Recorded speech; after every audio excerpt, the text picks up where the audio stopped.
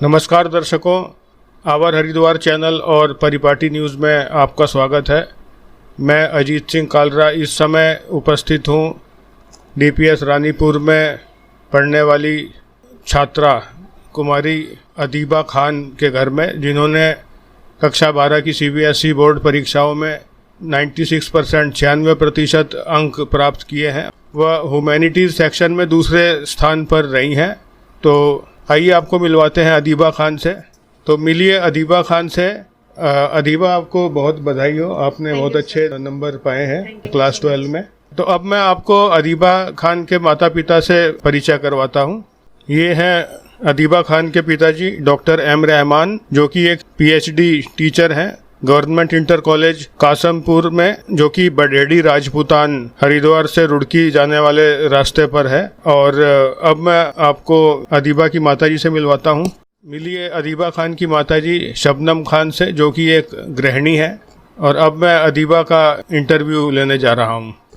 तो अदीबा, आपको एक बार फिर बहुत बधाई हो। धन्यवाद सर, धन्यवाद। तो अदीबा, पहले तो ये बताइए कि जैसे आपने इतने अच्छे नंबर प्राप्त किए, तो आप कैसे पढ़ाई करती थी? यानी स्कूल से आने के बाद आप कितने घंटे की सेल्फ स्टडी करती थी? सर, सेल्फ स्टडी का सर ऐसा टाइम टेबल फिक्स नहीं था। स्कूल से आने के बाद सर पहले मैं थोड़ा आराम करती थी ताकि मेरा जो माइंड है वो फ्रेश हो सके। उसके बाद सर इवनिंग शाम में अपना 5 o'clock से लेकर के 8 o'clock तक सर टाइम उसमें अपनी पढ़ाई भी करी है। एंड सर और भी चीज़ें उसमें करी हैं, जैसे बीच बीच में ब्रेक लेते रहे हैं उसमें। एंड सर रात के टाइम मैंने ज़्यादा पढ़ाई करी है, फ्रॉम 10 o'clock to 1 o'clock, क्योंकि मुझे उस टाइम पर अच्छा लगता था पढ़ाई करना। शांति हो जाती थी रात में, तो वो इजी रहता था काफ़ी चीज़ें याद करना और उनको उनके वो माइंड में रखना अपने। तो टाइम टेबल आप नहीं बनाती थी और बिना टाइम टेबल के आप पढ़ना प्रीफर करती थी? ठीक है। और कोई ट्यूशन लगवाई थी आपने? नो सर, बचपन से ही मैंने ट्यूशन कभी नहीं लिया। पहले मेरे माता पिता ने मुझे पढ़ाया। उसके बाद सर मैंने खुद ही अपने आप अपनी पढ़ाई करी है। और जैसे कोई चीज़ समझ नहीं आती थी तो फिर क्या करते थे? सर सबसे पहले तो जो मेरे अध्यापक हैं उन्होंने ही मेरी काफ़ी मदद करी है।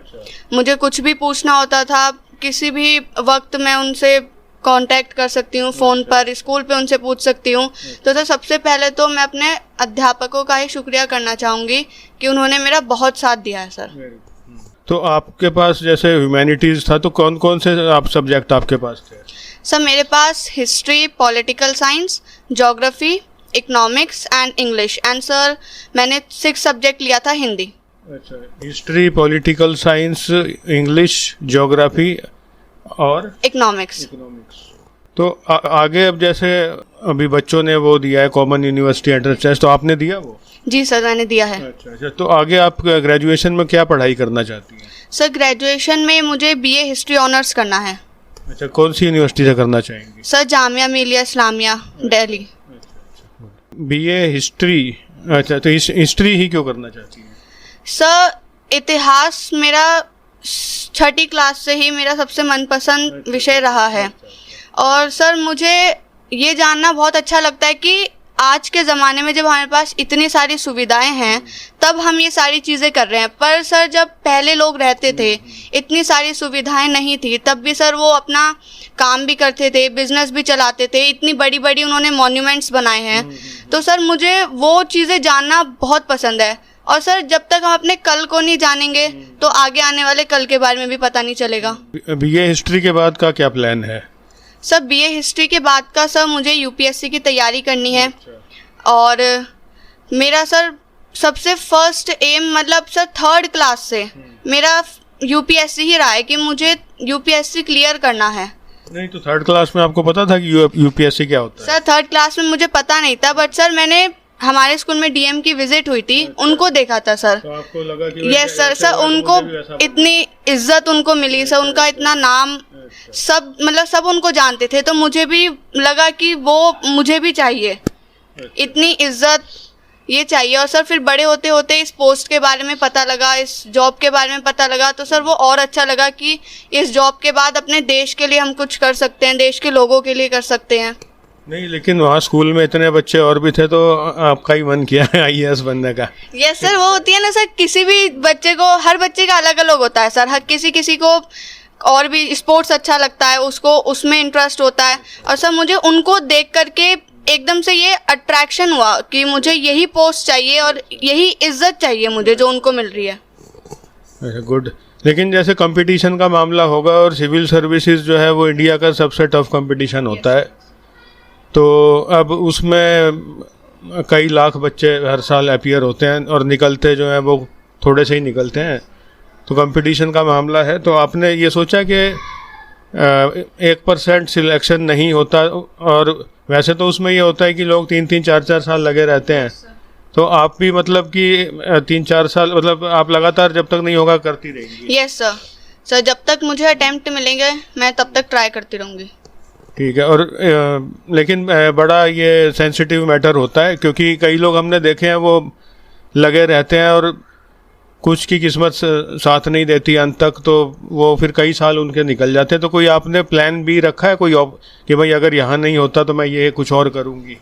यस सर, मेरा प्लान भी है आर्कियोलॉजिकल सर्वे ऑफ इंडिया में जॉब लेना। ASI में सर। वो भी हिस्ट्री से रिलेटेड है, चलो अच्छी बात है। अच्छा, तो आपने कभी, जैसे कई बच्चे ये कहते हैं कि हम स्कूल के बाद या कॉलेज के बाद हम इंडिया से बाहर अमेरिका कनाडा चले जाएंगे, आपने नहीं कभी सोचा ऐसे? नो सर, मैंने कभी ऐसा नहीं सोचा कि मुझे अपने देश को छोड़ के जाना है, पढ़ाई करने भी या नौकरी करने भी कभी देश को छोड़ के बाहर जाना है, मैंने ऐसा कभी नहीं सोचा सर। मुझे अपने देश में रहकर ही पढ़ाई करना, इस देश के लिए कुछ करना, बचपन से यही अच्छा लगा है सर। क्योंकि जब हमने इस देश में हम पैदा हुए हैं, इस देश से हमने बचपन से सब कुछ सीखा है, तो क्यों छोड़ के जाना इसे। खैर, उसमें भी एक होता है, जैसे सिविल सर्विसेज में अगर आप आईएएस वाला एग्ज़ाम कर लेते तो एक इंडियन फॉरेन सर्विसेज भी होता है, अगर उसमें मिलता है तो जाओ, फिर ज्वाइन करोगे? सर, इंडियन फॉरेन सर्विस में जाना भी अपने देश की सेवा करना ही है। आप एक डिप्लोमेट की तरह अपने देश को रिप्रेजेंट करते हैं अलग अलग जगह पर। तो बिल्कुल सही, बिल्कुल सही। अच्छा, आपकी हॉबीज़ क्या क्या हैं? सर, मेरी हॉबीज़ है क्रिकेट। क्रिकेट मेरा सबसे फेवरेट गेम है। क्रिकेट देखना या खेलना? सर, खेलना भी और देखना भी। अच्छा। Yes sir. तो आपने कभी क्रिकेटर बनने का नहीं सोचा? सर नहीं, क्रिकेटर बनने का नहीं सोचा सर। क्रिकेट जो है मेरा पैशन है सर। मतलब जैसे अगर मैं कभी स्ट्रेस्ड आउट हूँ, कभी मुझे कोई परेशानी है, तो बॉल लेकर ऐसे ही थोड़ा सा खेल लिया घर में, या बैटिंग थोड़ी सी अपने आप ही कर ली, तो मेरा माइंड फ्रेश हो जाता है सर उससे। हल्का फुल्का क्रिकेट खेलती हैं आप? Yes sir. अच्छा। तो जो आपके जूनियर हैं और आपने जैसे अच्छे मार्क्स अचीव किए, तो जूनियर्स के लिए आपके पास कोई सजेशन है या कोई आप उनको कोई एडवाइस देना चाहती हैं?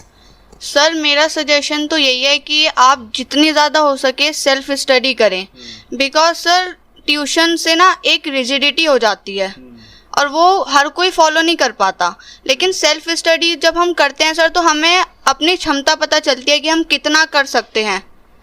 तो जैसे बच्चे कई आजकल यूट्यूब से भी हेल्प लेते हैं, कई आजकल उस पर भी वीडियोस हैं जिसमें सब्जेक्ट्स की नॉलेज दी जाती है, तो आप कभी आपने यूट्यूब से नॉलेज ली? सर, यूट्यूब से तो सर मैंने नहीं कभी कोई वीडियो देखी है अपनी तैयारी के लिए।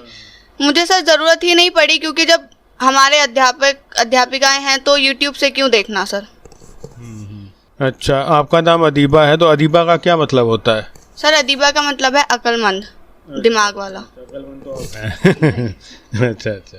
तो अदीबा के बारे में एक ज़रूरी बात बता देता हूँ कि अदीबा हाफ ईयरली जब एग्ज़ाम सितंबर में थे, तो फर्स्ट एग्ज़ाम वाले दिन ये अनकॉन्शियस हो गई थी और फिर इनको हॉस्पिटल ले जाना पड़ा था, और इनको फिर पता लगा कि हाई लेवल पे अनीमिया हो गया है और हॉस्पिटल में एडमिट कराया गया था, जिस वजह से हाफ ईयरली एग्ज़ाम नहीं दे पाई थी। और 3 महीने के लिए, अच्छा 2 महीने के लिए, 2 महीने तक फिर आप स्कूल नहीं जा पाई थी? नो सर, हाफ ईयरली के बाद भी सर मैं 14-15 दिन स्कूल नहीं गई हूँ, उसके बाद मेरा जाना हुआ है स्कूल। टीचर्स ने कोऑपरेट किया आपको? यस सर, टीचर्स ने मुझे बहुत कोऑपरेट किया, और सर मेरे जो दोस्त हैं सर, उन्होंने भी मेरी बहुत मदद करी। और जो क्लास टीचर मैम है मेरी, उन्होंने सर मतलब बहुत अच्छे से एकदम से ऐसे ध्यान रखा कि जैसे हमारा और बेटी का ही रिलेशन था।